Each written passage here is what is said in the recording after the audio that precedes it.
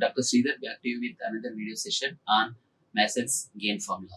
In our previous videos, we have discussed about the basic terminologies associated with the signal flow graph and how can we construct the signal flow graph from the block diagram and what are the merits of signal flow graph over block diagram reduction technique. We have discussed all these things in our previous videos. In today's video session, I am going to discuss about Mason's gain formula, that is widely used and well-known formula to find out the transmittance and gain of the given system if it is shown in the signal flow graph. So if you could observe this particular expression, so that Mason's gain formula, this transmittance or transfer function or overall gain of any system is equal to Laplace transform of output to the Laplace transform of input, which is nothing but summation over I is equal to 1 to n pi into delta I divided by delta. So what is this I? That I stands for number of forward paths. So that I is nothing but how many number of forward paths could be able to find in the signal flow graph. That I is nothing but the number of forward paths. And pi is nothing but that is the forward path gain of ith path. So there are, suppose if I is equal to, let us assume, if I is equal to means between input and output, there may be two forward paths. So what is the gain of first forward path? That is nothing but the P1. What is the gain of the second forward path? That is nothing but the P2, like that. So PA is nothing but that is the forward path gain of ith path. So C of S, R of S is known to us. And let us go for delta. Delta is nothing but 1 minus sum of all individual loop gains. So in the first one is 1 minus sum of all individual loop gains. Second one is sum of gain products of all possible two non-touching loops. Then minus sum of gain products of all three non-touching loops plus sum of gain products of all possible four non-touching loops, like that. So first one is 1 minus sum of individual loop gains, means single loops, that there are two non-touching loops. So 1 minus sum of loop gains of individual loops. Next one is the sum of products of all two possible non-touching loops. Then third one is sum of all possible three non-touching loops, like that. So delta I is nothing but that is delta I is obtained from delta only. Suppose delta I think the example is better. So delta I is nothing but that is the gain of 1 minus the gain of loops which are not touching ith path. Ith path means ith forward path. So I hope this equation is very simple. Delta is nothing but 1 minus gain of loops which are not touching ith path. Suppose delta 1 if you want to calculate means, so first forward path clearly you have to earmark. Then the loops which are not touching that first forward path, you have to take the gain of them and you have to write down 1 minus that value. That is nothing but that is the way we are going to determine delta I.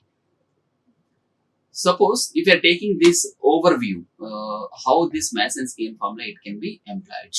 So first one is a path. It is a traversal of branches from one node to any other node in the direction of the branch arrows. It should not traverse any node more than once. So y2 to y3 is a branch, and then again y1 to y2, y2 to y3, y3 to y4, y4 to y5, y5 to y6. So this is nothing but different paths. Or otherwise also you can take y2 to y3, y3 to y2, or y2 to y3, y3 to y4, y4 to y5 is also a path. It may be between any two or any three or any four different nodes. But more specifically, forward path means the difference between path and forward path is forward path it must and should originate at the input and it should go to the output. So in this example, if you could observe here, y1 to y2, y2 to y3, then y3 to y4, y4 to y5, y5 to y6. This is the first forward path. And second one is one more forward path is also existing. y1 to y2, y2 to y3, in this direction it is not allowed because arrowhead is not permitting you. y2 to y3, then y3 to throw this g to y5. This, yes, arrowhead is allowing us to travel in this direction, y5 to y6. So there are two forward paths are available here. So what is the gain? The gain is nothing but between y1 to y2, how much of gain is there? A, and y2 to y3 B, then y3 to y4 C, y4 to y5 D, y5 to y6 E. So the first forward path gain is nothing but A, B, C, D, E. Second forward path is A, B, G and E. So those are nothing but the gains of the forward paths. Next one is the loop. The path that starts from one node and ends at the same node is known as a loop. So loop may be starting and terminating at the same node, but it can touch the remaining nodes or one or two remaining nodes of the rest of the signal flow graph. So that is what the loop is. But the condition is, here there are two conditions. You should not touch any node more than once, and one second point is starting and terminating point must and should be at the same node. Then such paths are called as a loops. So in the previous example, or here also if you could observe here, y2 to y3, y3 to y2 is the best example for a loop. And then y3 to y5, y5 to y3 is another example. So there are two loops are possible, and loop gains, it is observed, it is obtained by calculating the product of all branch gains of a loop. It is very simple. So loop gain is nothing but how many number of branches it was constituted. So the gains of individual segments is nothing but loop gain. So non-touching loops, these are the loops which should not have any common nodes. Just in our previous videos also with wide examples, with the different examples, we have discussed about loops and loop gains and non-touching loops also. If you have any doubts, please try to refer the previous notes. It will give good emphasis on these loops and self loops and non-touching loops.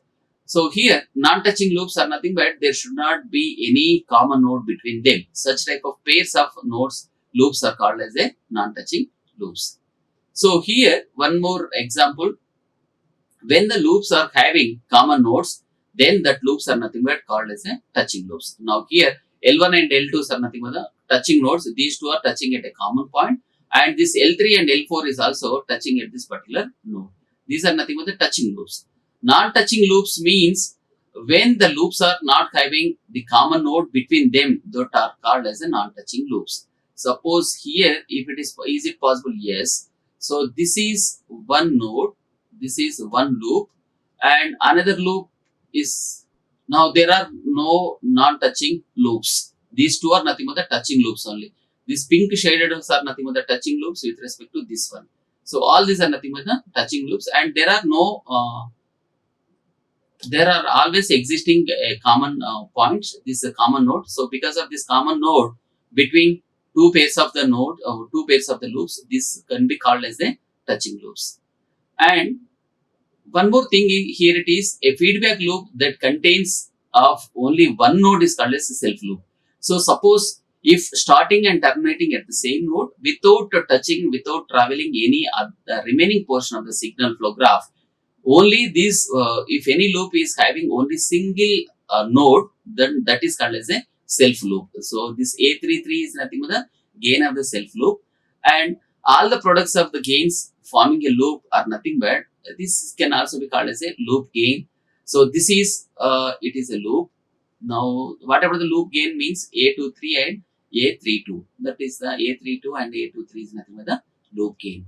So this Mason's gain formula is very simple as compared to our block diagram reduction technique, where we used to refer 8 to 9 rules. With the help of that 8 to 9 rules only, we are going to compute the overall transfer function. But in the signal flow graph technique, this only you have to carefully identify the loops, forward paths and loops, self loops, non-touching loops, 2 non-touching loops or 3 non-touching loops, or etc. etc.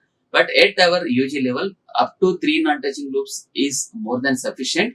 Then after identifying all these things, we have to write down the gains of every paths, loops, and 2 non-touching loops and single individual loops, and you have to substitute in the Mason's gain formula. You will get finally overall transfer function of the signal flow graph. I think you people are following it. Thank you for watching this video. Thank you very much. Like, share and subscribe. Hit the bell icon for more updates.